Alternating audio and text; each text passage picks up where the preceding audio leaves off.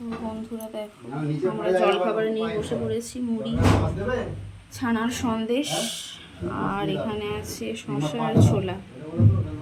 এটাই আজকে আমাদের ব্রেকফাস্ট। চলো পরে আসছি, আবার খেয়ে নিই, দিয়ে পরে আসছি। তো বন্ধুরা এখানে আমি তরকারি বসিয়ে দিয়েছি, আলু কচু টমেটো ভালো করে একটু ভাজবো। তারপরে মশলাটা দিয়ে কষবো, তোমার মশলা। আর আমার এই যে সোয়াবিন দেবো, কচু আলু টমেটো সোয়াবিন দিয়ে তরকারি হবে। ভাত হয়ে গেছে, দিয়ে দেবো।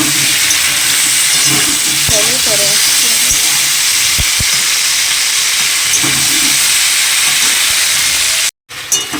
তো এই কথা বন্ধুরা, আলু কচু টমেটো সোয়াবিন সব একসঙ্গে কষা হচ্ছে।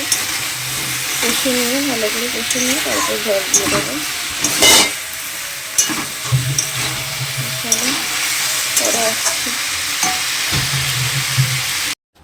তো বন্ধুরা দেখো, দুপুরের আমরা খাবার নিয়ে চলে এসেছি।